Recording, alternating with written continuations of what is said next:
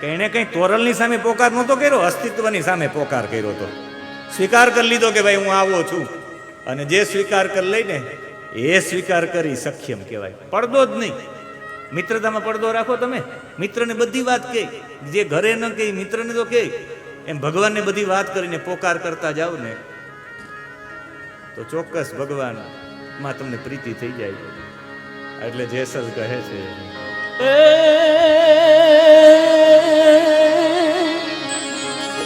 તોડી રે સરોવર પાન રે સતી રે રાણી, તોડી રે સરોવર પાલ રે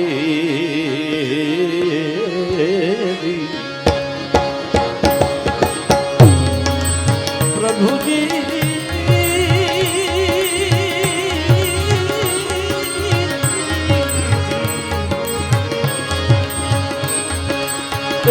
તોડી સરોવર પાન સતી ને તો તોડી રે સરોવર પાલ રે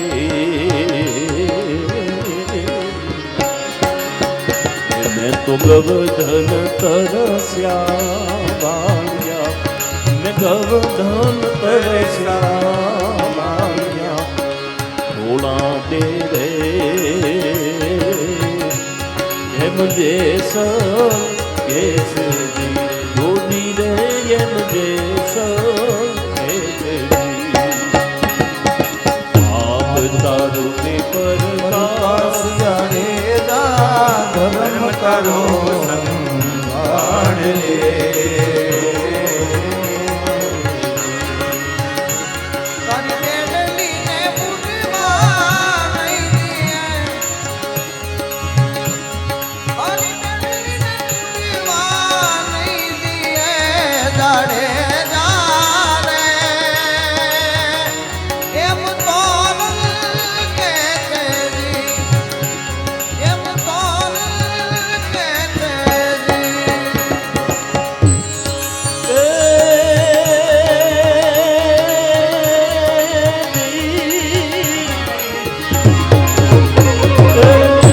रोटी वाली तोड़ा दे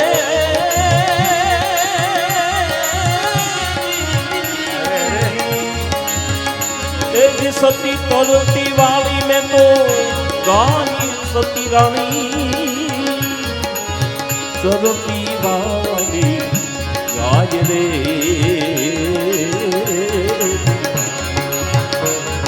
तो बेनी रे भाने जने दुबारिया, मैं बेन रे भाने जने दुबारिया, थोड़ा दे रे आओ जे सब कैसे जी रोटी रे ये मुझे सब कैसे जी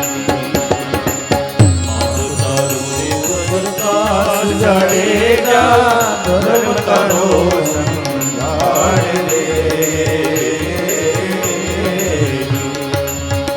तारी पेड़ली ने डूबवा नहीं, तारी नागड़ी ने डूबवा नहीं दिए, जाड़े जा रे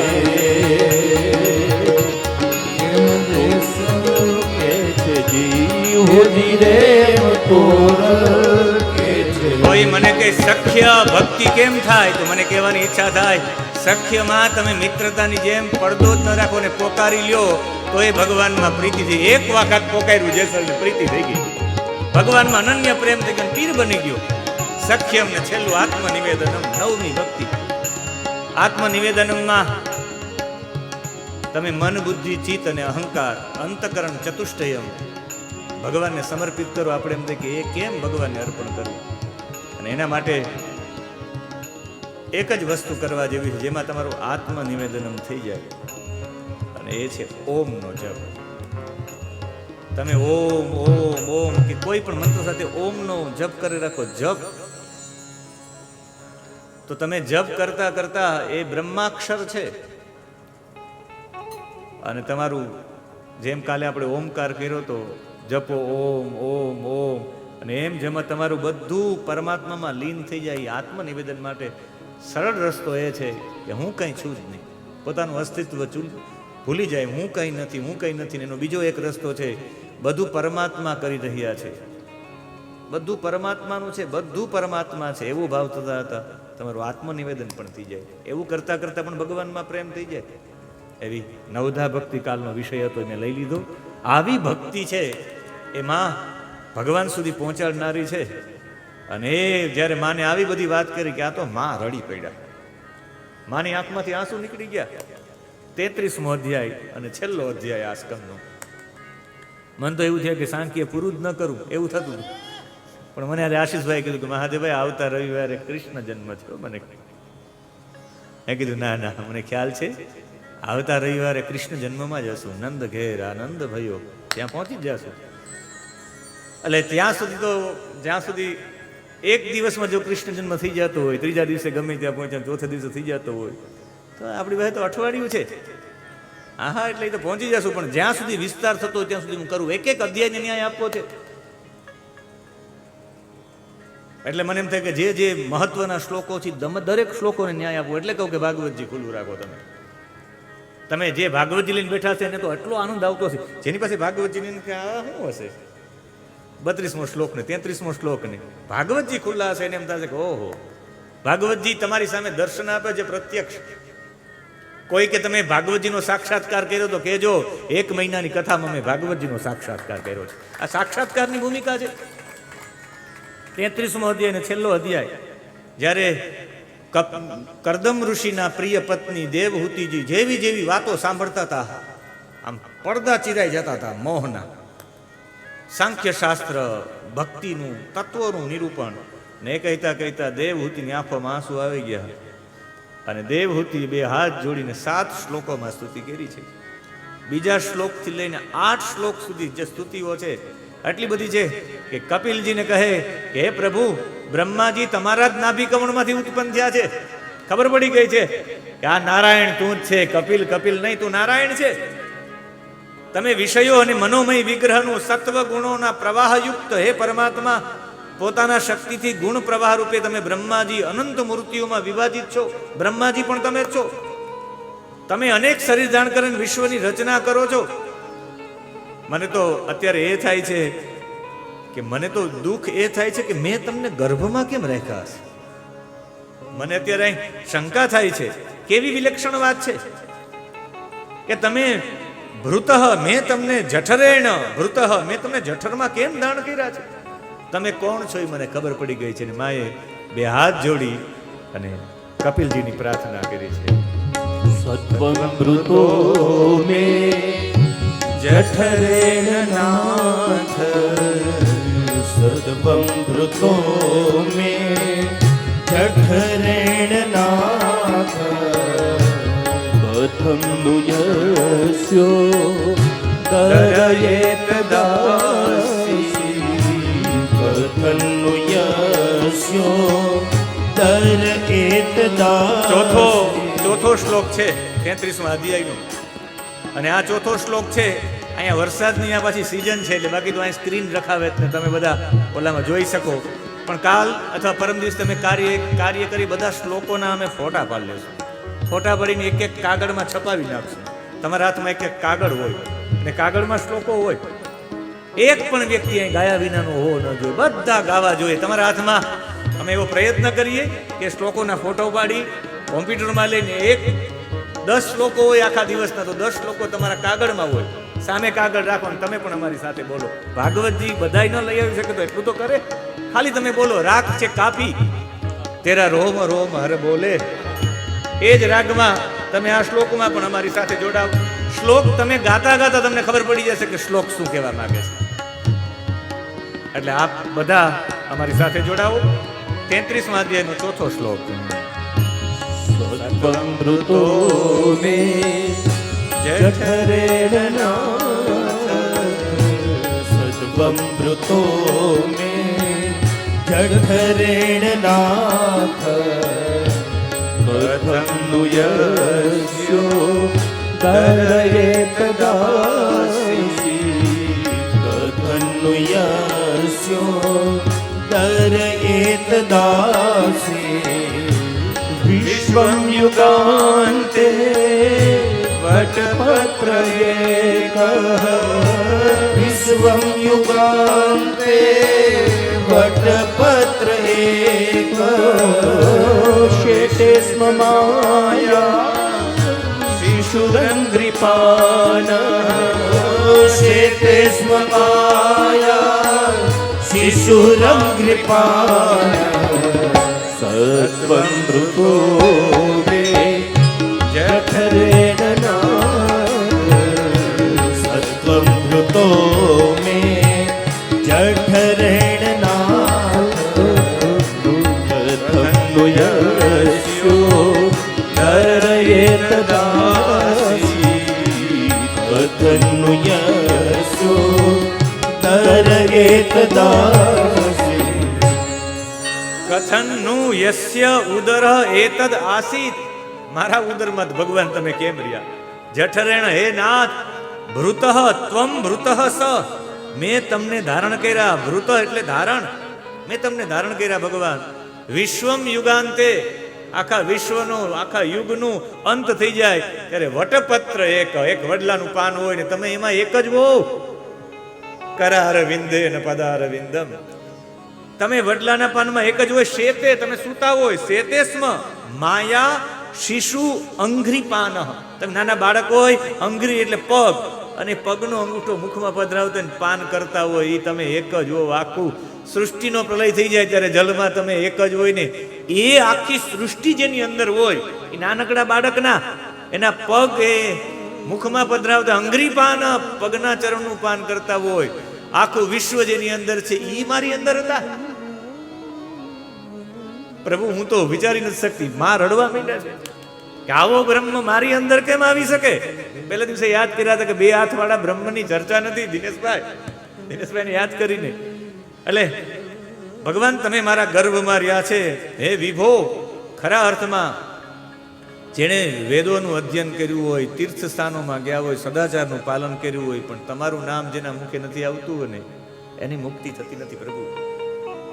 આ પ્રમાણે બધા આત્મજ્ઞાનની ચર્ચા કરીને માને કહ્યું કે માં મેં તમને સુગમ, કપિલે કહ્યું માં મેં તમને સુગમ માર્ગ બતાવ્યો છે, આનું અવલંબન કરવું એ તમારા ઉપર છે. આપણે આ આખા સાંખ્ય યોગમાં પહેલેથી આપણે શરૂઆત કરી ત્યારે પહેલા વહેલા નિર્હેતુક ભક્તિની ચર્ચા કરી, પછી મહત તત્વની ચર્ચા કરી.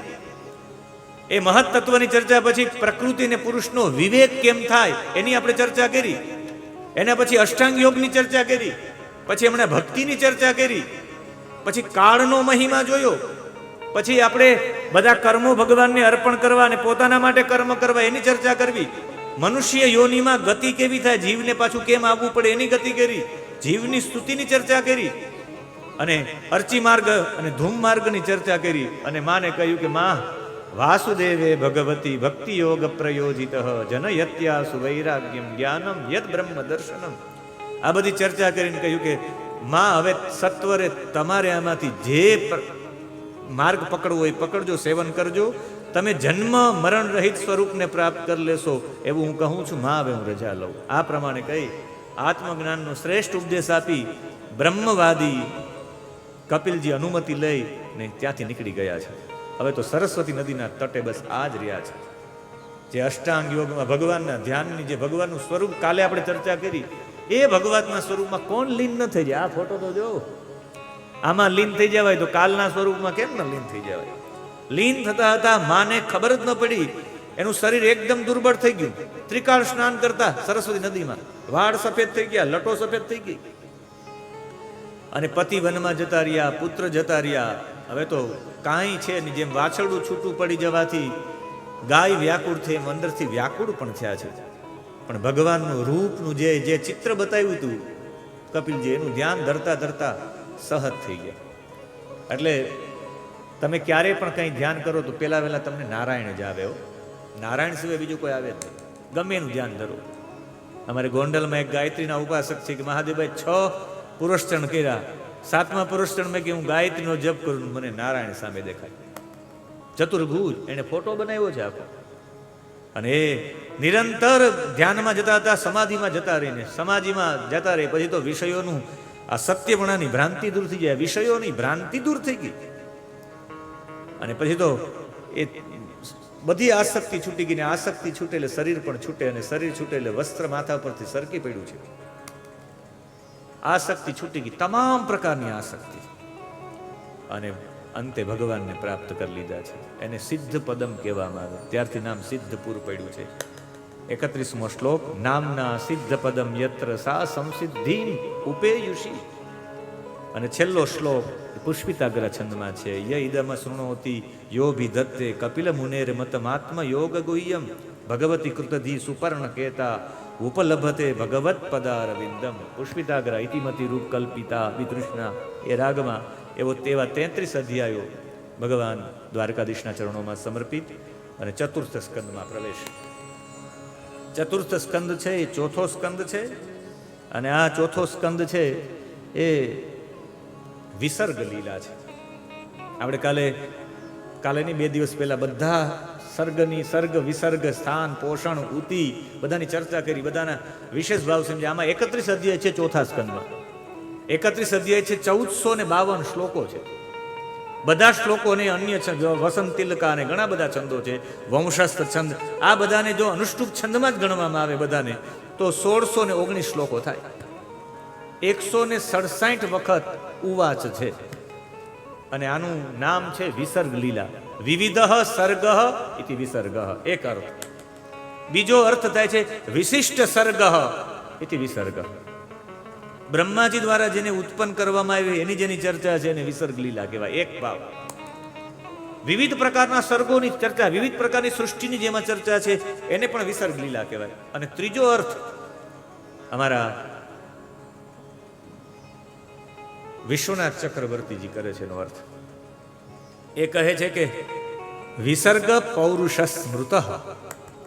અમે ઓલા લક્ષણોમાં આવ્યું છે વિસર્ગ કોને કહેવાય. એક એક વાક્યમાં મેં આપને બધા લક્ષણો છે ભાગવતજીના એક એક વાક્યમાં કહેતા, એમાં વિસર્ગ પૌરુષ સ્મૃત.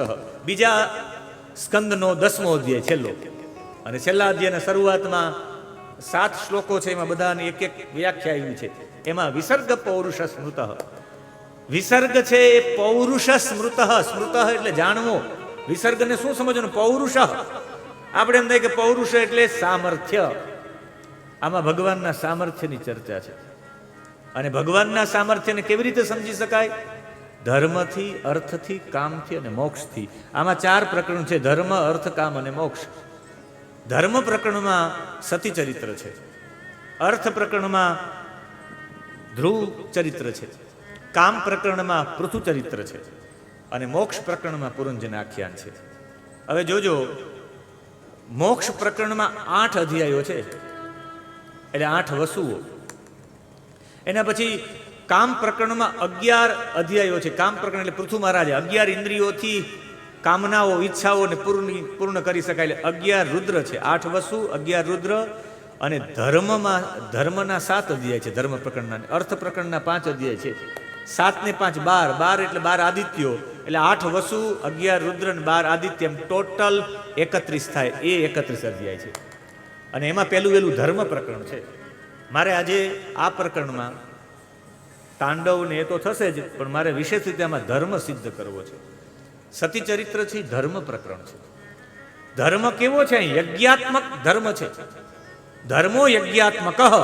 ધર્મ યજ્ઞાત્મક છે, અને 7 પ્રકારના યજ્ઞ સૌથી શ્રેષ્ઠ યજ્ઞ છે શ્રૌત યાગમાં, જેનું નામ કે અગ્નિષ્ટોમ યજ્ઞ, ઉદથ્ય, ષોડશી, અતિરાત્ર, આપ્ત, અરિયામ અને વાજપેય. આ 7 શ્રૌત યાગ કહેવામાં આવે, શ્રેષ્ઠ યાગો છે. અને એ યાગાત્મક ધર્મ છે. અને મનુ મહારાજ જે એની સ્મૃતિમાં લખ્યું છે, ધૃતિ ક્ષમા દમોસ્તેયમ શોચમિન્દ્રિય નિગ્રહ ધીર વિદ્યા સત્યમ ક્રોધો દશકમ ધર્મ લક્ષણમ. ધર્મના 10 લક્ષણો છે, એ 10 લક્ષણો સતી ચરિત્રમાં છે. એ 10 તમારે ધર્મ ઓળખવો હોય તો આ 10 વસ્તુને ઓળખો, એટલે ધર્મને ઓળખી જાવ. દશકમ ધર્મ લક્ષણમ. ધર્મના 10 લક્ષણ. ધર્મને ઓળખવો હોય તો આ 10 વસ્તુને ઓળખો, એટલે ધર્મને ઓળખી જાવ. ધર્મ જીવનમાં લઈ આવો હોય તો 10 વસ્તુને જીવનમાં લઈ આવો, ધર્મ આવી જાય. આ 10 વસ્તુ આના ચરિત્રમાં છે. અને એ ચરિત્રમાં મોક્ષ પ્રકરણ જે પુરંજન આખ્યાન છે, કાલે તો દિનેશભાઈ નહીં હોય પણ આજે જ ચર્ચા કરી દઉં. મોક્ષ પ્રકરણની ચર્ચા છે એ અંતિમમાં આવશે, પણ એમાં જે 8 અધ્યાય છે એમાં 3 અધ્યાયનું વિવરણ તો શરૂઆતમાં સ્થૂળ રૂપમાં છે, પછી સૂક્ષ્મ રૂપમાં છેલ્લા 5 અધ્યાય છે. એ છેલ્લા 5 અધ્યાય છે એ અવિદ્યાના નાશ કરવા માટે છે. અવિદ્યાનો નાશ કેવી રીતે થઈ શકે? તો કે આપણી પાસે અવિદ્યા અધ્યાસના રૂપમાં અવિદ્યાઓ છે. 5 અધ્યાસ બતાવ્યા છે આમ મોક્ષ પ્રકરણમાં. એમાં એક દેહાધ્યાસ બતાવ્યો છે. પેલો દેહનો અધ્યાસ, હું દેહ છું એવો ભાવ થાય. એનાથી માણસ કદાચ છૂટી જાય કે ભાઈ ઇન્દ્રિય અધ્યાસથી છૂટી ન શકે. ઇન્દ્રિયોનો પણ અધ્યાસ હોય છે. ઇન્દ્રિય અધ્યાસથી માણસ છૂટી શકે, પણ એના પછી પ્રાણ અધ્યાસ, પ્રાણનો પણ અધ્યાસ હોય. તમે પ્રાણ તો નથી જ, તમે તો શુદ્ધ બુદ્ધ, નિર્ગુણ, નિર્બોધ, નિર્વિકારી આત્મા છો તમે. તો તમે પ્રાણનો પણ અધ્યાસ હોય, દેહાધ્યાસ, ઇન્દ્રિયાધ્યાસ અને એના પછી પ્રાણાધ્યાસ. એના પછીનો અધ્યાસ છે અંતકરણ અધ્યાસ. અંતકરણનો અધ્યાસ હોય, મન બુદ્ધિ ચિત્ત અહંકારનો અંતકરણ અધ્યાસ. અને એના પછીનો 5મો જે અધ્યાસ છે, 5મી જે અવિદ્યા છે, એ છે સ્વરૂપ વિસ્મૃતિ. આ 5 અધ્યાસને નિર્મૂલન કરવા હોય તો 5 વિદ્યાના પર્વની ચર્ચા છે, જેમાં સાંખ્ય, યોગ, તપ, ભક્તિ અને વૈરાગ્ય એ મોક્ષ પ્રકરણમાં ચર્ચા છે, જેમાં ચરિત્ર છે પુરંજન આખ્યાન. તો સૌથી પહેલા મનુ અને શતરૂપાની જે 3 કન્યાઓ છે ને, એમાંથી એક કન્યા દેવહૂતિનું આપણે ચરિત્ર સાંભળ્યું છે. મનોસ્તુ શતરૂપાયામ તિસ્ર કન્યાશ્ચ જગ્નિરે આકુતિર દેવહૂતિશ્ચ પ્રસૂતિ રીતિ વિસ્તૃતા. અને આકુતિ, દેવહૂતિ ને પ્રસૂતિ આ ત્રણેયની ચર્ચા છે. એમાં દેવહૂતિની ચર્ચા થઈ ગઈ, હવે આકુતિ અને પ્રસૂતિની ચર્ચા છે. આકુતિઓને ભાઈ હોવા છતાં પણ એને પુત્રિકા ધર્મનું પાલન કર્યું હતું. આકુતિના લગ્ન રુચિ પ્રજાપતિ સાથે થયા હતા. મોટા ભાગના બધા લોકો વિચારતા હોય કે દત્તક પુત્ર લેવાય કે નહીં. દત્તક પુત્રની પરંપરા અહીંયાથી આવી છે. પુત્રિકા ધર્મનું પાલન કર્યું. ભાઈઓ હોવા છતાં પણ પહેલો પુત્રનો જન્મ થાય, એ પહેલા પુત્રનો જન્મ પોતાના પેલા માતા પિતાને આપી દેવાય, એનું નામ પુત્રિકા ધર્મ છે. અને પુત્રિકા ધર્મનું એમણે પાલન કર્યું છે. આજે ગંગા દશહરા છે અને ગંગાજીની મહત્તા આપણે ગાવાની છે ને, એ સમય જ આપણી વચ્ચે આઈ શ્રી ચંદુમાં અંબા મંદિર ગઢશીશાથી પધાર્યા છે. આપણે તાલીઓના નાદથી એમનું સ્વાગત કરશું. પણ મને રામચરિત માનસમાં જ્યારે રામચંદ્રજી ગંગાજી પાસે જાય, ગંગા દશહરા છે આજે, તો રામચંદ્રજી જાય ત્યારે રામચંદ્રજી ગંગાજીને વંદન કરે અને વંદન કરીને ગંગા વિશેનો ભાવ પ્રગટ કરે છે. લખન સચિવ સિય કિયે પ્રણામ. લખન સચિવ સિય કિયે પ્રણામ. લખન સચિવ સિય કિયે પ્રણામ. લખન સચિવ સિય કિયે પ્રણામ. સબહી સહિત સુખ પાયુ રામ. સબહી સહિત સુખ પાયુ રામ. સબહી સહિત સુખ પાયુ રામ. સબહી સહિત સુખ પાયુ રામ. ગંગ સકલ મૂડ મંગલ મૂલા. ગંગ સકલ મૂડ મંગલ મૂલા. ગંગ સકલ મૂડ મંગલ મૂલા. ગંગ સકલ મૂડ મંગલ મૂલા. સબ સુખ કરની હરની સબ સૂલા. સબ સુખ કરની હરની સબ સૂલા. સબ સુખ કરની હરની સબ સૂલા. સબ સુખ કરની હરની સબ સૂલા. લખન સચિવ સિય કિયે પ્રણામ. લખન સચિવ સિય કિયે પ્રણામ. સબહી સહિત સુખ પાય વહી સહિત સુખ પાય લખન સજીવ સિય કિય પ્રણામ લખન સજીવ સિય કિય પ્રણામ. આપ સૌને ગંગા દર્શનની ખૂબ ખૂબ શુભકામના. રામજી જ્યારે ગંગાજીના તટ ઉપર જાય, અયોધ્યાથી નીકળે ત્યારે વનવાસમાં, લખન સચિવ સિય કિય પ્રણામ, સુમંત્ર સાથે લખન, સીતાજી, રામજીએ ગંગાજીને પ્રણામ કર્યા છે.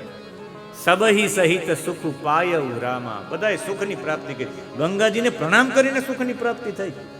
એ ગંગા દશહરાનો આજે દિવસ છે. અને રામજી ગંગાજી માટે એટલું બોલ્યા છે, ગંગ સકલ મુદ મંગલ મૂલા, સમસ્ત આનંદોનું કોઈ મંગળ, આનંદ અને મંગળનું કોઈ મૂળ હોય તો એ મૂળનું નામ છે ગંગા. અને હમણાં જ ગંગાજી ઉપર મેં સંશોધન કર્યું છે કે ગંગાજીનું વિવરણ ક્યાં ક્યાં કઈ કઈ જગ્યાએ છે. હમણાં 18 પુરાણોનું વાંચન હાલે જ છે. નારદ પુરાણમાં ગંગાજીનું મહત્વ છે, મહાભારતના અનુશાસન પર્વમાં ગંગાજીનું મહત્વ છે, પદ્મ પુરાણમાં ગંગાજીનું મહત્વ છે, અગ્નિ પુરાણમાં ગંગાજીનું મહત્વ છે, બૃહદ નારદી પુરાણમાં ગંગાજીનું મહત્વ છે, પદ્મ પુરાણમાં ગંગાજીનું મહત્વ છે, મત્સ્ય પુરાણમાં ગંગાજીનું મહત્વ છે, સ્કંદ પુરાણમાં ગંગાજીનું મહત્વ છે, તૈત્તરીય બ્રાહ્મણમાં ગંગાજીનું મહત્વ છે, મહોપનિષદમાં ગંગાજીનું મહત્વ છે, મૈત્રેયી ઉપનિષદમાં ગંગાજીનું મહત્વ છે, બૃહદ જાબાલોપનિષદમાં ગંગાજીનું મહત્વ છે, યાજ્ઞિકોપનિષદમાં ગંગાજીનું મહત્વ છે, યોગ શિખોપનિષદમાં ગંગાજીનું મહત્વ છે, શિવોપનિષદમાં ગંગાજીનું મહત્વ છે. એમાંય નારદ પુરાણમાં તો કેટલા શ્લોકો મળી આવે છે. એમાંય એક શ્લોક મળી આવે છે, જ્યેષ્ઠ માસે સીતે પક્ષે દશમ્યામ બુધ હસ્તયો વ્યતિપાતે ગરાનંદે ચંદ્રે વૃષે રવો હરતે દશ પાપાની તસ્માત દશહરા સ્મૃત. આજે ગંગા દશહરા છે. તમારા 10 પ્રકારના પાપો હરાઈ જાય ગંગા દશહરાના દિવસે. મંત્ર એક બોલવો પડે આજના દિવસે, શ્રી શિવાય નારાયણ્ય દશહરાય ગંગાય નમઃ. આ મંત્ર છે ગંગા દશહરાના દિવસે. મને એવું થાય કે ઓલા ગંગાજી પાસે તો ક્યારે પહોંચી શકીએ, આ ભાગવતી ગંગા છે, એ ભગવતી ગંગા પાસે તો ન પહોંચી શકીએ, પણ આ ભાગવતી ગંગામાં પહોંચી જાય. અને ભાગવતી ગંગામાં એવું બતાવ્યું છે પુરાણોની અંદર, કદાચ મને એવું લાગે બૃહદ નારદી પુરાણમાં છે, તતક કનખલે તીર્થે દક્ષિણીમ દિશમ આશ્રિતે ત્રિરાત્ર ઉપોષિત સ્નાત્વા મુચ્યતે સર્વકિલ વિષય. આ 3 દિવસ આવે એમાં 3 રાત્રિ ઉપવાસ કરીને જો ગંગાજીમાં સ્નાન કરે આ દિવસોમાં, આપણે ભાગ્યશાળી છીએ કે આગે ગંગા દશહરાનો દિવસ છે, એ દિવસે આપણે ભાગવતી ગંગાનું પાન કરી રહ્યા છીએ. આજે પૂજ્ય રામ શર્મા આચાર્યજીનો નિર્વાણ દિવસ છે અને કાલ નહીં અને પરમ દિવસે એકાદશી પણ છે. એકાદશી મંગળવારે છે. એટલે ગરુડજીને વાહન તરીકે જે આશીર્વાદ મળ્યા કે તું મારું વાહન બનીશ, એ કનખલમાં તપ કર્યું હતું ગરુડજી, અને ગરુડજીને આશીર્વાદ મળ્યા હતા. જન્નુ ઋષિ જે ગંગાજીનું પાન કરી ગયા એ પણ કનખલમાં છે. ચિત્રા નામની ગોપી જેને અષ્ટસખીમાં પદ મળ્યું, એને પણ ગંગાજીના કિનારે તપ કર્યું છે. એક શરબ નામના મચ્છરને રાજકુમારનું પદ પણ ગંગાજીના કિનારે મળ્યું. અર્જુનને નાગકન્યા ઉલુપી સાથે વિવાહ થયા અને ઈરાવણ નામનો પુત્ર થયો ગંગાજીના કિનારે. વસુએ જે તપ કર્યું, જેને ભીષ્મ તરીકે અવતાર મેળવ્યો ગંગાજીના કિનારે હરિદ્વારમાં. ગંગા દ્વારે પુરાણમ તું શૃણુયાદ યશ્ચ ભક્તિતઃ, જે ગંગાના દ્વાર પાસે પુરાણને સાંભળે નિયમેન મહાભાગે સયાતિ પદમ અવ્યયમ. એટલે હરિદ્વારમાં કથાઓ ખૂબ થાય છે. ગંગાજીના કિનારે કોઈ પુરાણને સાંભળે તો એની ગતિ ઊંચી થઈ જાય. ભીષ્મએ ત્યાં જ તપ કર્યું હતું. એના પિતાજીને જે પિંડ આપવાની કથા છે હાથમાં, એમને કહ્યું હું દર્ભ ઉપર આવીશ, એ હરિદ્વારની ઘટના છે. અજામીલ, છેલ્લે અજામીલ પણ ગંગા દ્વારમ ઉપેયાય, ગંગાજીના દ્વાર પાસે જ સાધના કરી. ગંગાજીમાં એક હિન્કિન નામનો ફ્રેન્ચ વૈજ્ઞાનિક છે, એનું કહેવું છે, લખનઉનું એક છે Lucknow national botanical research institute, NBRII એવું એક ઇન્સ્ટિટ્યૂટ છે. એના નિર્દેશક ચંદ્રશેખરજી છે. એ એવું કહે છે, ઈ કોલાઈ બેક્ટેરિયા મારવામાં ગંગાજીનું પાણી સૌથી વધારે સક્ષમ છે. એ કહે ઓક્સિજન સુકાવાની ક્ષમતા સૌથી વધારે આમાં છે. પ્રચુર માત્રામાં ગંધક છે, એક પણ કીડો ન પડે ગંગાજીના જલમાં. મોટા ભાગનું ખનિજ છે, જડીબુટીઓ છે. જેને ખનિજ તત્વ ઘટતું હોય ગંગાજીનું જલ પીવે, ખનિજ તત્વની પ્રાપ્તિ થઈ જાય. એમાં બધા હાડકાઓ પધરાવે એટલે એમાં સલ્ફર આવી જાય, ફોસ્ફરસ આવી જાય, કેલ્શિયમ આવી જાય. મરકરી છે ગંગાજીના પાણીમાં, એના જલમાં. એ હોવાથી પારાનું નિર્માણ ગંગાજીમાં સૌથી વધારે થાય છે. ગંગાજીની તો એટલી બધી ચર્ચા છે કે બસ આજના દિવસે એટલું જ કહું, શ્રી શિવાય નારાયણ્ય દશહરાય ગંગાય નમઃ. આપ સૌને ખૂબ ખૂબ શુભકામના એમની, અને એવા બધાનું મંગલ કર. સબ સુખ કરની હરની સબ સૂલા, દરેક પ્રકારની પીડા હરનારી છે, દરેક સુખોને આપનારી છે ગંગાજી. એવા ગંગાજી નમન. અહીંયા પેલું સંતાન આપી દીધું, એનું નામ હતું સુયજ્ઞ, જે દત્તક આપ્યા ને. એની સાથે એક દીકરી પણ જન્મી હતી જેનું નામ હતું દક્ષિણા. આ જ સુયજ્ઞ અને દક્ષિણાથી 12 સંતાનો થયા, 12 પુત્રો થયા, જેના નામ છે તોષ, પ્રતોષ, ભદ્ર, શાંતિ, ઈડસ્પતિ, ઈદમ, કવિ, વિભુ, સુદેવ, રોચન. આવા બધા નામ છે જે મન્વંતરના બધા પુત્રો થયા આગળ જતા. ત્રીજી દીકરી પ્રસૂતિના લગ્ન દક્ષ પ્રજાપતિ સાથે થયા છે. કરદમની જે પુત્રીની આપણે ચર્ચા કરી હતી આગળના સ્કંદમાં, એમાં મરીચી ઋષિની પત્ની કરદમની પુત્રી કલા સાથેના લગ્ન થયા નથી. પૂર્ણિમા અને કશ્યપ નામના પુત્ર થયા. અને આગળ જતા એ જ વંશમાં પૂર્ણિમાને વિરજ અને વિશ્વક નામના પુત્ર થયા. એમાં એક દીકરી થઈ જેનું નામ હતું દેવકુલ્યા. એ દેવકુલ્યા જ ગંગા બનીને આવ્યા. આ આખા વંશની એટલે આજ ગંગા દશહરા સમયે ગંગા જ્યારે જ્યારે જે વાત આવે એ મોટે ભાગે પ્રસંગો બનતા જ હોય છે. એટલે જાણી જોઈને સંદીપભાઈ ગોઠવું લાગે કે એમનું ગોઠવાય. શ્રી હરિના ચરણોમાં અત્રિ હતા, એની સાથે અનસુયાના વિવાહ થયા. એનાથી દત્તાત્રેય, દુર્વાસા અને ચંદ્રમા આ ત્રણેયનો જન્મ થયો. એક વખત અત્રિને એવું થયું કે હું વૃક્ષ નામના કુળ પર્વત ઉપર જઈને એને સાધના કરી છે. પ્રાણાયામ કરતા કરતા એટલા બધા એને સમાધિ લાગી ગઈ. પછી તો એવું થયું કે એક પગ ઉપર ઊભા રહીને સતત ભજન કર્યું. કોનું ભજન કર્યું? 20મો શ્લોક પહેલા અધ્યાયનો, ચોથા સ્કંદનો. શરણમ તમ પ્રપદ્યેહમ ય એવ જગદીશ્વર. જગદીશ્વર, આ જગતનો ઈશ્વર જે પણ હોય હું એનું ભજન કરું છું. વિશ્વમાં કોઈ ઈશ્વર તો છે જ, હું એના શરણે છું. મને પોતાના જેવી સંતતિ પ્રદાન કરે. પ્રજામ આત્મ સમામ મહ્યમ પ્રયચ્છતિ ઇતિ ચિંતયન. મને એવો બાળક જોઈએ તમારા જેવો. કોણ છે જગતનો ઈશ્વર, કોણ છે? એમ સાધના કરીને એટલું બધું કર્યું, એના મસ્તક ઉપરથી અગ્નિ પ્રગટ થઈ ગયા, એટલું તેજ. અને પછી ભગવાન પ્રગટ થયા એની સામે, ત્યારે એણે દંડવત કર્યા છે ભગવાનની સામે. જોયું છે ત્યાં તો એક હંસ હતું, એક ગરુડ હતું, ને એની બાજુમાં એક રિષભ હતો. એણે હંસ ઉપર જોયું તો કોઈ આમ દૂરથી તેજ લાગ્યું, કોઈ તેજ છે એમ દેખાણું. એને ગરુડ ઉપર તેજ દેખાણું અને એને વૃષભ ઉપર તેજ દેખાણું. એટલે આને 2 શ્લોકોમાં અત્રિય સ્તુતિ કરી છે. એકો મયેહ ભગવાન વિવિધ પ્રધાનેહિ ચિત્તીકૃત પ્રજનનાય કથનનું યુયમ. મને ખબર નથી તમે કોણ છો, પણ મને એ ખબર છે કે તમે સાક્ષાત માયાના 3 ગુણો છે, સત્વ, રજો ને તમો ગુણ, એ ધારણ કરીને તમે 3 રૂપમાં આવ્યા છો. હવે દર્શન તો આપો. એ જ બ્રહ્મા, વિષ્ણુ ને મહેશ ત્રણે પ્રગટ થયા. અને ભગવાને દેવા ઊંચું 30મો શ્લોકનું છેલ્લું પદ, સત્સંકલ્પસ્ય તે બ્રહ્મન યદ્વે ધ્યાયતિ તે વયમ. યદ્વે ધ્યાયતિ તે વયમ. તું જેનું ધ્યાન ધરતો હતો ને જગદીશ્વર, એ અમે ત્રણેય થાય ત્યારે જગદીશ્વર થાય. એટલે ક્યારેય કોઈ એમ ન કહે કે હું મહાદેવને માનું ને વિષ્ણુને ન માનું. કોઈ એમ ન કહે કે હું વિષ્ણુને માનું ને મહાદેવને ન માનું. આ ત્રણેય થાય ત્યારે જગદીશ્વર બને છે. યદ્વે ધ્યાયતિ તે વયમ. તું જે જગદીશ્વરનું ધ્યાન ધરતો હતો, આ તમે 20મો શ્લોક ને 30મો શ્લોક મેળવી લો એટલે ખબર પડી જાય કે બ્રહ્મા, વિષ્ણુ, મહેશ જગદીશ્વરના રૂપમાં છે. તો અમારા 3થી તને પુત્રો થશે. અને એ 3 પુત્રો થયા. બ્રહ્માજીથી ચંદ્રમા થયા, વિષ્ણુ ભગવાનથી દત્તાત્રેયજી થયા, અને મહાદેવજીથી દુર્વાસા થયા. અંગીરા નામના ઋષિ સાથે શ્રદ્ધાના લગ્ન થયા. એનાથી સિનિવાલી, કુહુ, રાકા અને અનુમતિ એ બધા આકાશમંડળમાં થયા. એના પછી 2 દીકરાઓ થયા. એક ઉતથ્ય થયા અને એક બૃહસ્પતિ થયા. આ પૂર્ણિમા પછીના જે યોગો છે એના માટે રાકા કુહુ એની અવસ્થાઓ છે. અંગીરા અને શ્રદ્ધા આ ઉતથ્ય અને બૃહસ્પતિની બહેનો છે. પુલત્સ્યના પત્ની અવિર્ભૂતિ અગત્ય અને વિસ્ત્રવા નામના પુત્ર થયા. વિસ્ત્રવાએ ઈડવિડિયા સાથે લગ્ન કર્યા, એનાથી કુબેર થયા. અને કેશિનીથી રાવણ, કુંભકર્ણ અને વિભીષણ થયા. પુલહ ઋષિએ ગતિથી વરિયાન, સહિષ્ણુ એવા પુત્ર ઉત્પન્ન કર્યા.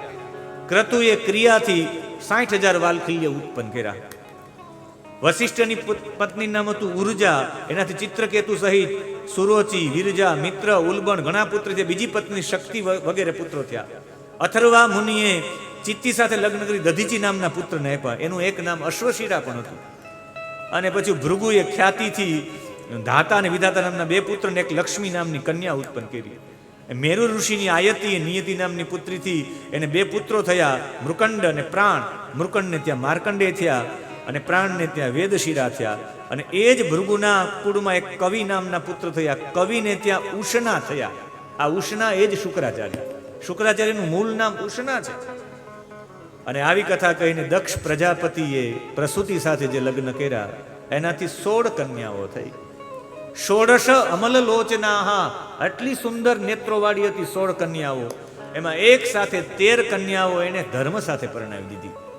આપણે એમ થાય કે 13 ધર્મ સાથે પરણાવી, 13 મહિના અધિક મહિનો થઈ ને 13 મહિના ધર્મ માટે હોવા જોઈએ. ખાલી પુરુષોત્તમ મહિનો એકલો નહીં. 13 કન્યા. એક કન્યા હતી એ અગ્નિ સાથે અને એક એને પિતૃઓ સાથે પરણાવી.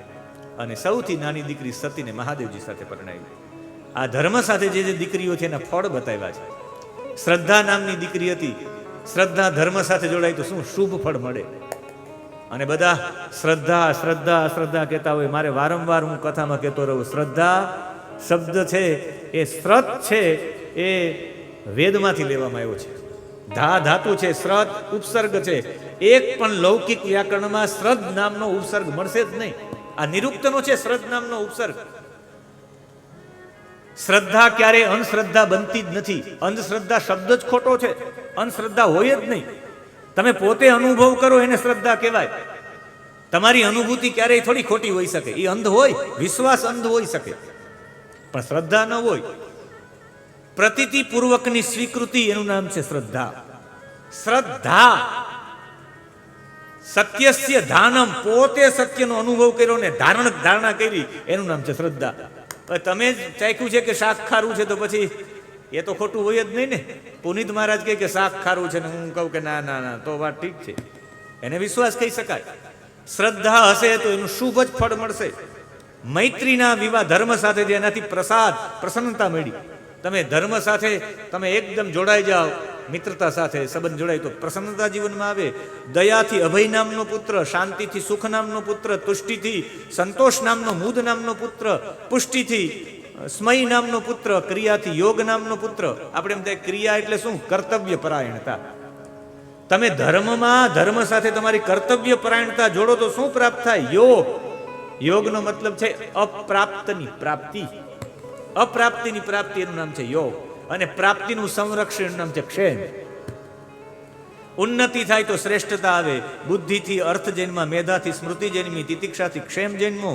અને એના પછી મારે તાંડવ ન રહી જાય એટલે હું આ બધા ના, બાકી બધાના એક એકના અર્થ છે. તમે તિતિક્ષા એટલે સહન કરો. તમે ધર્મમાં રહીને બધું સહન કરતા શીખો તો તમારું કલ્યાણ ચોક્કસ થાય. એની આ ક્ષેમ નામનો દીકરો આવે. રીમ એટલે તમે જો લજ્જાપૂર્વક મર્યાદા સાથે ધર્મમાં રહ્યો તો એનાથી પ્રશ્રય નામનો દીકરો થાય. પ્રશ્રય એટલે વિવેક. જે ધર્મમાં મર્યાદા સાથે ધર્મ સાથે રહીને એનામાં વિવેક ઉત્પન્ન થાય. તમે ધર્મ સાથે અમર્યાદિત રીતે જોડાવ તો એ તમારામાં વિવેક ઉત્પન્ન ન થાય. અને છેલ્લે મૂર્તિ નામની દીકરીથી 2 દીકરાઓ થયા, નર અને નારાયણ. આજે પણ બદ્રીનાથમાં તપ કરે છે. અને એ સાથે સતીના વિવાહનો પ્રસંગ છે ને. સતીના વિવાહ માટે કહ્યું અગ્નિદેવે જે સ્વાહા સાથે લગ્ન કર્યા એનાથી 3 દીકરાઓ થયા, પાવક, પવમાન અને શુચિ. આ ત્રણેય છે એનાથી 45 દીકરાઓ ઉત્પન્ન થયા. આ 45 આ અને આ 3 દીકરા 45 3 48 ને 1 અગ્નિ પોતે, એમ 49 અગ્નિઓ થયા. આજે જે શ્રૌત કર્મ કરતા હોય યજ્ઞમાં એમાં 49 અગ્નિની ઇષ્ટિકાઓ થાય. એને આગ્નેય ઇષ્ટિકા નામનો યજ્ઞ કહેવાય. આગ્નેય ઇષ્ટિકા નામનો યજ્ઞ થાય તો 49 સ્થંડીલો બને. એ 49 અગ્નિઓને બોલાવવામાં આવે અને એમાં એક જ આહુતિ આપવામાં આવે. એને આગ્નેય ઇષ્ટિકા કહેવાય. એના અગ્નિખ્વાતા, બરિષદ, સોમપ, આજ્યપ એવા પિતૃઓ થયા જે પિતૃ સાથે સ્વધા પરિણ્યા હતા. અને સતીએ યુવા અવસ્થામાં જ 66મો શ્લોક બીજા અધ્યાયનો અને એમાં છેલ્લું પદ, અપ્રોઢે વાત્મનાત્માન અજહાદ્યોગ સંયુતા. યુવાની અવસ્થામાં જ સતીએ પોતાનો દેહ છોડી દીધો. ત્યારે આ વિદુરે પૂછ્યું કે શા માટે સતીએ દેહ છોડ્યો? કહ્યું કે મહાદેવજી અને દક્ષના દ્વેષના કારણે. ત્યારે એવું થાય કે ક્યારે મહાદેવજી ક્યારેય દ્વેષ કરી શકે? ક્યારે મહાદેવજીનો દેહ? દક્ષની ચોખવટ કરી દો આપને. દક્ષનો મતલબ થાય દક્ષતે સૃષ્ટિ પ્રવૃદ્ધયે સમર્થો ભવતી ઇતિ દક્ષ. જે દક્ષ સૃષ્ટિની પ્રવૃત્તિ કરવામાં જે સમર્થ છે એનું નામ છે દક્ષ. સૃષ્ટિ બનાવવા માટે સંપૂર્ણ રજોગુણથી વ્યાપ્ત છે. રજોગુણ વ્યાપ્ત અને રજોગુણ હોય એ જ કર્મમાં પ્રવૃત્ત રહે. એટલે યજ્ઞો કરાવવામાં પ્રવૃત્ત રહેતા હતા. અને એ પ્રવૃત્ત રહેતા હતા. અને સતી એની દીકરી અસ્તિ ઇતિ સતી છે એવું, જેની અંદર હું છું એવું અસ્તિત્વનો અનુભવ કરે એવી વૃત્તિ, સાત્વિક વૃત્તિ, અસ્તિત્વનો અનુભવ કરાવે એવી વૃત્તિ એટલે સતી. અને શંકર એટલે કોણ? નિત્ય, શાશ્વત તત્વ. શાશ્વત તત્વનો અનાદર કરીને એને આ ફળ ભોગવવું પડે. અને તમે કર્મમાં રજોગુણથી બહુ પ્રવૃત્તિ હો તો તમે શાશ્વત તત્વને, નિત્યનો અનાદર કરવા વાળા થઈ શકો. એના માટેની કથા છે. અને એ કથામાં સૌથી પ્રથમ હવે મારે આ ચરિત્રમાં 10 ધર્મ સિદ્ધ કરવા છે. 10 ધર્મના 10 લક્ષણ. ધૃતિ, ક્ષમા, દમોસ્તેયમ, શોચમિન્દ્રિય નિગ્રહ, ધીર વિદ્યા, સત્યમ, ક્રોધો, દશકમ ધર્મ લક્ષણમ. આ 10 સિદ્ધાંતોને હું સિદ્ધ કરું ત્યારે મને એવું થશે કે મને શાંતિ થઈ. મેં આમાં બધામાં શોધ્યા, એક એક શ્લોકની વચ્ચે વચ્ચે શોધ્યા 10 લક્ષણો. અને એ 10 લક્ષણોમાં સૌથી પ્રથમ મહાદેવજીને ક્યારે આ વેર થઈ શકે, ક્યારેય ન બની શકે, એના માટે મૈત્રેય ઋષિ કહે છે પુરા વિશ્વ સુજામ સત્રે. ચોથો શ્લોક, મૈત્રેય ઉવાચ પુરા વિશ્વ સુજામ સત્રે સમેતા પરમર્ષય. અહીંયા આગળ પૂજ્ય ડોંગરેજી મહારાજનું પોસ્ટર લગાડ્યું છે ને એમાં સત્ર લખેલું છે. સત્ર કોને કહેવાય? એમાં અહીં વિશ્વ સૃજા એટલે વિશ્વનું સર્જન કરે એવા પ્રજાપતિઓ. આવા બધા પ્રજાપતિઓએ એક સત્ર કર્યું. સત્ર એટલે યજ્ઞ વિશેષ. સત્ર કોને કહેવાય એના માટેનો શ્લોક છે, કર્તારો બહવો યત્ર. જેમાં જાજા બધા કરતા હોય, એક કરવા વાળો ન હોય. સંદીપભાઈ પણ હોય, સંદીપભાઈના મિત્ર મિતેશભાઈ પણ હોય, એના પછી દાદા પણ હોય, એના બીજા મિત્ર પણ હોય, વૃષેશભાઈ પણ હોય, વૃષાંક પણ હોય, ઘણા બધા હોય. જેના કરતાઓ જાજા બધા હોય એને સત્ર કહેવાય. કર્તારો બહવો યત્ર હોજ્યંતે બહવસ તથા. ઘણી બધી વસ્તુઓનો હોમ થતો હોય. બહુભ્યો દીયતે યત્ર. ઘણા બધા લોકોને મળતું હોય. ખાલી ઠક્કર પરિવાર એક માટે કથા ન હોય, આખા ભુજવાસીઓ માટેની, આખા કચ્છ માટે કથા હોય ત્યારે એને સત્ર કહેવાય. યત્ર સત્ર અભિધીયતે એને સત્ર કહેવાય. સત્રમાં કરતા, કાર્યકર્તા, જે મોટા મોટા આયોજનો થાય ને મોટી મોટી સમિતિઓમાં રચાય ત્યારે એને સત્ર કહેવાય. એમાં પોતાનું દાન દેવા વાળા જે ઘણા બધા હોય, એમાં જુહુ આહુતિ આપવા વાળા ઘણા બધા હોય, અને એમાં ઘણા બધા લોકોને કંઈક મળે એને સત્ર કહેવાય. લાંબા સમય સુધી ચાલે એવું એક સત્ર રાખવામાં આવ્યું. ઘણા બધા ઋષિઓ એમાં એકત્રિત થયા. એમાં જ્યારે દક્ષનો પ્રવેશ થયો, દક્ષ એ સમયના લોકપાલ હતા. જેમ લોકપાલ બિલ પાસ થાય ને, લોકપાલ લોકોનું પાલન કરનારા. જ્યારે દક્ષનો પ્રવેશ થયો ત્યારે એને જોઈને અગ્નિથી લઈને બધા લોકો ઊભા થઈ ગયા છે. સધિષ્ણેભ્ય સહાગ્નય, છઠ્ઠો શ્લોક. બધા લોકો ઊભા થયા અગ્નિ સહિત. પણ 2 લોકો ઊભા ન થયા. રેતે વિરંચી શરવંચ. એક ભગવાન શિવજી ઊભા ન થયા ને એક ભગવાન બ્રહ્માજી ઊભા ન થયા. પોતાના પિતાજીને જોઈને તો કંઈ બોલ્યા નહીં, પણ આ મારા જમાઈ ઊભા ન થાય. ત્યારે એને બધાની વચ્ચે ઊભા થઈને પહેલું ક્રોધાગ્નિથી આમ જોયું એકદમ કે હજી આમાં કંઈક ફરક પડે ને મને હજુ પણ મારી સામે ઊભા થઈ જાય. પણ એ સમય ન થયું ત્યારે 9મો શ્લોકનું બીજું પદ, સાધુ નામ બ્રુવતો વૃત્તમ ન જ્ઞાના ન ચ મત્સરાન.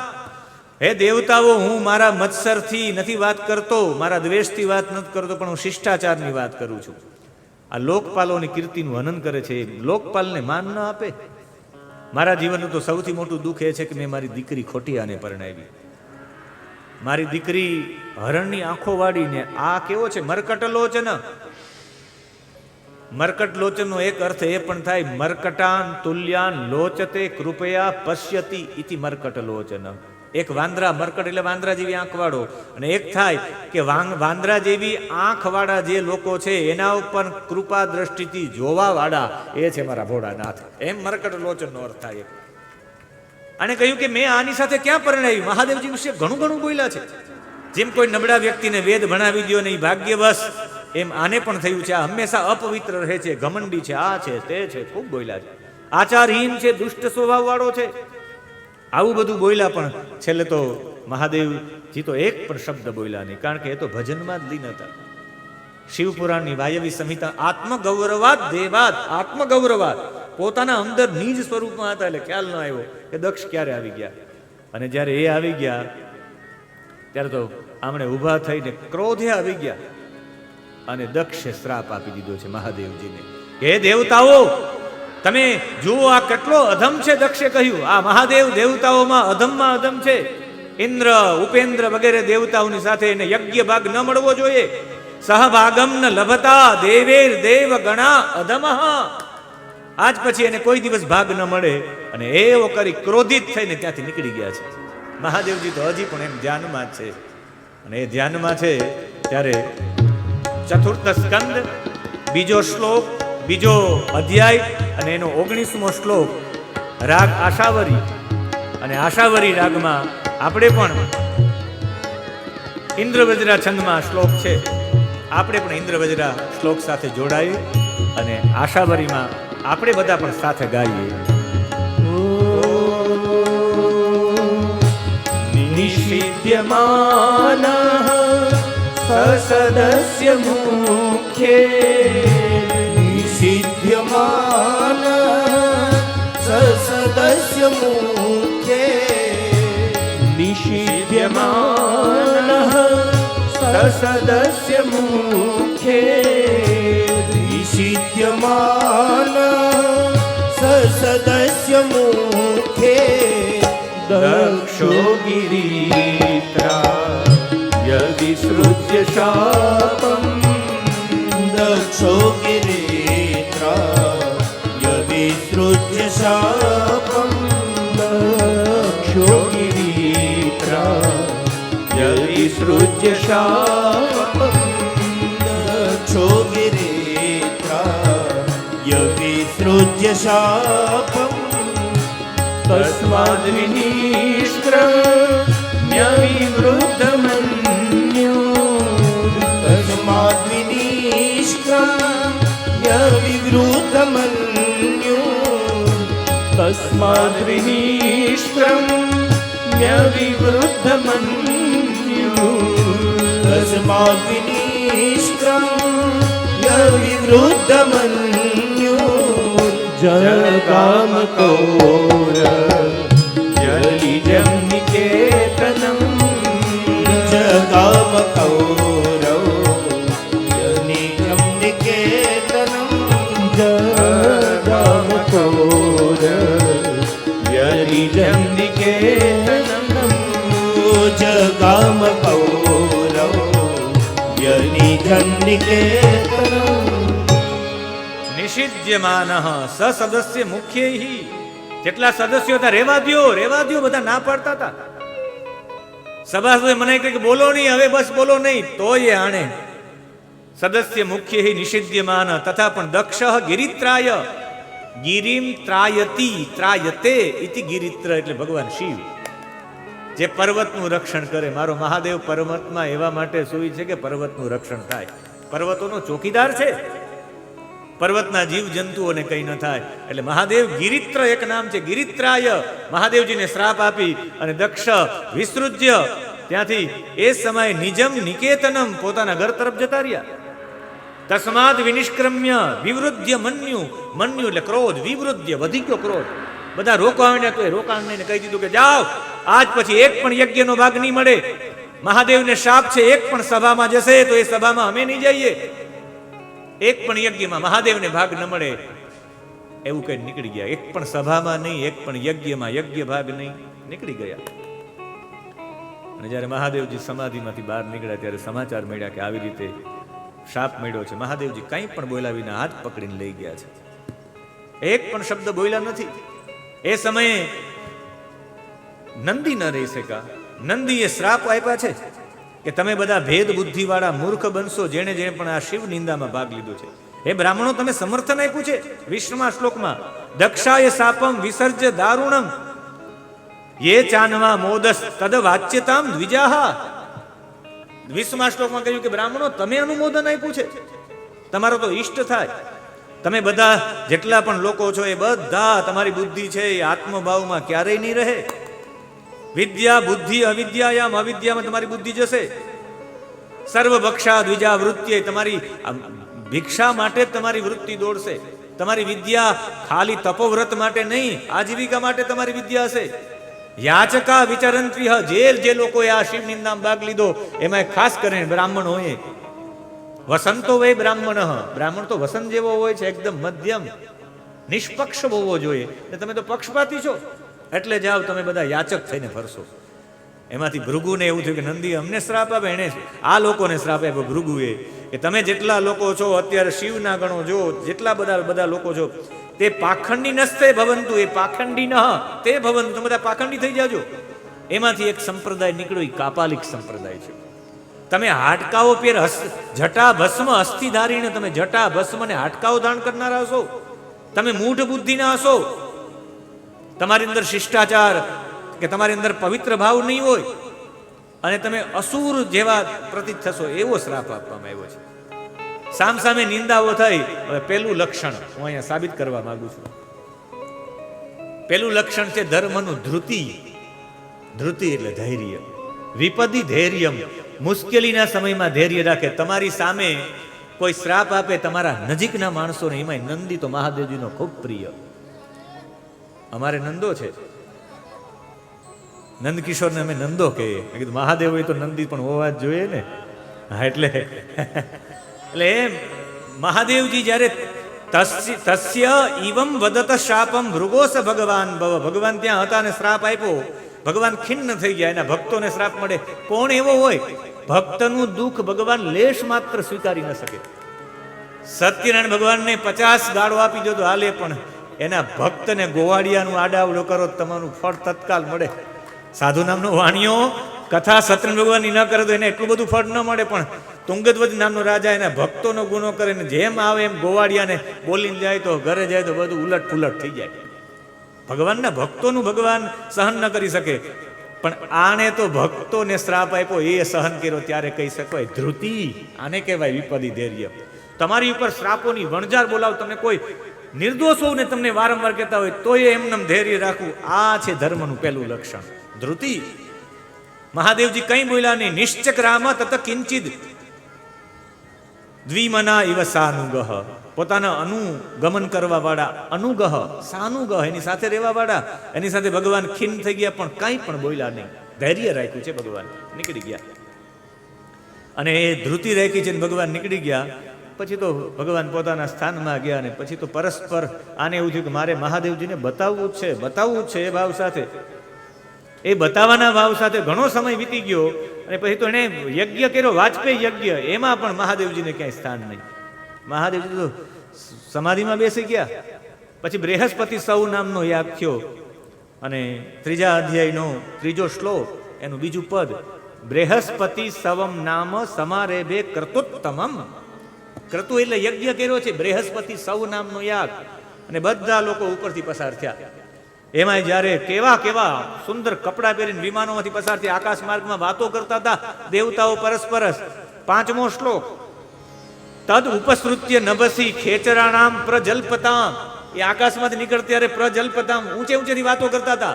એ કનખલમાં યાગ છે, દક્ષિણે ત્યાં છે, દક્ષિણે ત્યાં મોટો યજ્ઞ છે, બૃહસ્પતિ સવ મોટા ઋષિઓ દેવતાઓ આવ્યા, બહુ લાંબો ચાલે એવો યાગ છે, ભગવાન શ્રી હરિનો યાગ છે. આવી વાતો કરતા જતા હતા ને કોણ એવી દીકરી છે એ સાંભળે ને બાપાના ઘરે જવાની ઈચ્છા ન થાય. અને સતીએ મહાદેવજીને 2 હાથ જોડીને પ્રાર્થના કરી. પ્રજાપતેસ્તે 8મો શ્લોક, શ્વસુરસ્ય સાંપ્રતમ, એમ ન કીધું કે મારા પિતાજીને ઘરે યજ્ઞ છે. લગ્ન થઈ જાય પછી તમારા પતિના સંબંધથી તમારો સંબંધ ગણાય. એમ કહ્યું કે તમારા સસરાના ઘરે યજ્ઞ છે. આ બધા જાય છે. મારી પણ ઈચ્છા છે કે આપણે જઈએ. અહીંયા મારી બહેનોને મળીશ, મારા માસીને મળી, મારા માને મળી, બધાનો ઉલ્લેખ છે. એને બધાને આપણે મળશું. અને હે નીલકંઠ, હે જન્મ રહિત, 12મો શ્લોક, કોણ એવો હોય કે જે પોતાના પિતાજીને ત્યાં યજ્ઞ હોય અને એ જવા માટે ઈચ્છા ન કરે? આ જુઓ તો ખરા, આને દક્ષ સાથે કંઈ સંબંધ નથી. એવા લોકો પણ કેવા સજી બજીને જાય છે, ટોળાના ટોળા જાય છે. તો એક દીકરીને જવાની ઈચ્છા ન થાય? અને આવા યજ્ઞમાં પુત્રીનું શરીર હોય ને સંમલિત થવા માટે કોણ આકર્ષે નહીં? પતિ, ગુરુ, પિતા અને મિત્રના ઘરે નિમંત્રણ ન હોય તો જવાય. તમે મને અડધા અંગમાં સ્થાન આપ્યું છે, એટલે મારી માંગણીને ધ્યાન આપીને આપણે બંને, તમે આવો તો હું આવું. ત્યારે મહાદેવજી કહ્યું કે દેવી, ખરેખર ત્યાં જવા જેવું નથી. સ્વજનો જ્યારે તમારું અપમાન કરે ત્યારે મૃત્યુ સમાન થાય. અને એ મૃત્યુ સમાન થાય એના માટે અહીંયા 17મા શ્લોકમાં બીજું લક્ષણ આપ્યું છે ધર્મનું. એનું નામ છે વિદ્યા. ધૃતિ ક્ષમા દમો સ્થેયમ શોચમિન્દ્રિય નિગ્રહ ધીર વિદ્યા સત્યમ ક્રોતો વિદ્યા. અને વિદ્યાનો અર્થ એ થાય યથાર્થ જ્ઞાન લેવું. કહ્યું કે વિદ્યા તપો વિત્ત વપુર વયઃ કુલેહી સતામ ગુણે સડબી અસક્તમે ઈતરેહી. તમારી પાસે વિદ્યા, તપ, ધન, સુદૃઢ શરીર, યુવાવસ્થા, ઊંચું કુળ, આ બધું સારા માણસોમાં સારું લાગે. ગુણા ગુણગ્નેષુ ગુણા ભવંતિ તે નિર્ગુણમ પ્રાપ્ય ભવંતિ દોષાહ, તે નિર્ગુણમ પ્રાપ્ય ભવંત્ય દોષાહ, સમુદ્રમાસાદ્ય ભવંત્ય પેયાહ. તમારી અંદર ગમે એવા ગુણ હોય, સારા માણસમાં ગુણ હોય તો ગુણ દેખાય. એજ્યુકેશન સારા માણસમાં આવે તો કામ લાગે, બાકી નબળા વ્યક્તિમાં આવે તો એ આતંકવાદી બને ને કેટલા દેશોને ઉડાડી દે. પાણી નદીમાં સારું લાગે, ગુણોમાં એ મીઠું જળ, પણ એ જ ગંગાજી સમુદ્રમાં બળીએ તો ખારી થઈ જાય. ગુણોમાં ગુણોનું સારું લાગે. એ જ વિદ્યા કે યથાર્થ જ્ઞાન લેવું, વાસ્તવિકમાં છે લેવું. અહીંયા પણ ધર્મનું એક લક્ષણ બતાવ્યું છે. માતાજીને બહુ સમજાવ્યા. ભોળાનાથની હવે જોજો ચોથો ગુણ અસ્તેય. ધૃતિ ક્ષમા દમો સ્થેયમ. અસ્તેય એટલે ચોરી નહીં કરવી. મહાદેવજીએ ચોરી ન કરી. 22મા શ્લોકમાં કહી દીધું છે. પ્રત્યુદ ગમ પ્રશ્રયણ અભિવાદનમ વિધિયતે સાધુ મિથસ્સુ મધ્યમે પ્રાગ્યે પરસ્મે પુરુષાય ચેતસા ગુહાશયાયૈવ ન દેહ માનીને. કોઈ તમારા ઘરે આવે કે કોઈ તમે કોઈ સભામાં જાઓ તો વડીલ વ્યક્તિ હોય એના પ્રત્યે 3 વસ્તુ કરવી જોઈએ. મહાદેવજીએ સ્વીકાર કર્યો. એક પ્રત્યુદ ગમઃ, પ્રતિ ઉદ્ગમ, એની સામે જવું જોઈએ, સન્મુખ થવું જોઈએ. કોઈ વિશેષ વ્યક્તિ આવે તો એના સન્મુખ થવું જોઈએ. કેવી રીતે ચંદુમાં પધાર્યા, પૂજ્ય દિનેશભાઈ પધાર્યા તો એના સન્મુખ થવું જોઈએ. સન્મુખ થવો પેલો ગુણ. વિશેષ વ્યક્તિ હોય, તમારાથી વડીલ હોય, એના સન્મુખ થવાનું. એટલે પ્રતિ ઉદ્ગમ, હું એની સન્મુખ નથી થયો. મહાદેવજીએ સ્પષ્ટ અસ્તયે ચોરી ન કરી, છુપાયું નહીં. માતાજીને કહી દીધું, તમારા પિતાજી લોકપાલ બન્યાને સભા હતી, વિશ્વસૂજા નામનું સત્ર હતું, યજ્ઞ હતું, એના પછી સભા રાખવામાં આવી. એમાં બધા ઊભા થયા, સન્મુખ થયા, પણ હું ન થયો. મહાદેવજીએ કહી દીધું. પ્રતિ ઉદ્ગમ હું ન ગયો. પ્રશ્રયણ, પ્રશ્રયણ એટલે સ્નેહ સહિત ઉચિત ક્રિયા, આમ પ્રેમપૂર્વક, પ્રેમ દર્શાવવું. જે સ્નેહ આપવો જોઈએ, હું સન્મુખ નો થયો એમની એમ પ્રેમથી આમ કર્યું હોત તો એમ કરવું જોઈએ. પેલા એને સન્મુખ જવું જોઈએ, પછી એને એની પાસે જઈને પ્રશ્રયણ, એની પાસે પ્રેમ આપવો જોઈએ. ને ત્રીજું અભિવાદનમ, પછી એને પગે લાગવું જોઈએ. 3 વસ્તુ કરવી જોઈએ. કોઈ વ્યક્તિ આવે તો પેલા વહેલા એને સન્મુખ થવાનું, પછી હસતા મુખે એનો સ્વીકાર કરવાનો, પછી એને પગે લાગવાનું. 3 વસ્તુ કરવી જોઈએ. પ્રાગ્યૈ સાધુ વિધિયતે. જો પ્રજ્ઞાવાન પુરુષ હોય તો એ આવી રીતનું કાર્ય કરે, પણ મેં નથી કર્યું. મહાદેવજીએ કહ્યું મેં એવા માટે નથી કર્યું કે અમે કદાચ, હું તો હતો સાધનામાં, કદાચ હું સાધનામાં હોઉં અને ન હોઉં તો એ અંતર્યામી લોકો અંતકરણમાં રહેલા વાસુદેવને એમનેમ નમન કરી લે. એને રિયલ પ્રણામ ન કરે. અને એ પ્રણામ ન કરે એટલે મેં પ્રણામ ન કર્યા, હું આ સ્વીકાર કરી લઉં. આ અસ્થેય ગુણ છે. ચોરી ન કરવી એ ગુણ છે. અને પછી તો સતીજીને કહ્યું કે તમે ત્યાં જાશો તો સંભાવિતસ્ય સ્વજનાત પરાભવો યદાસ સદ્યો મરણાય કલ્પતે. અસ્માકમ મધ્યે સ્વામિનારાયણ ચરણ રક્તાઃ સંતાઃ ભગવन्तઃ સમાગતાઃ તેષાં સ્વાગતમ વ્યહરામિ કરતલધ્વનિ માધ્યમેન વયમ સ્વાગતમ કુર્મઃ. યેષામ ઉપસ્થિતિ અસ્માકમ મધ્યે વિરલા ઉપસ્થિતિ શ્રેષ્ઠા ઉપસ્થિતિ અહમ મન્યે સતી ચરિત્ર એવ આગમનમ જાતમ ઇતિ વિશેષ આનંદ સંજાત. અહીંયા શત્રુ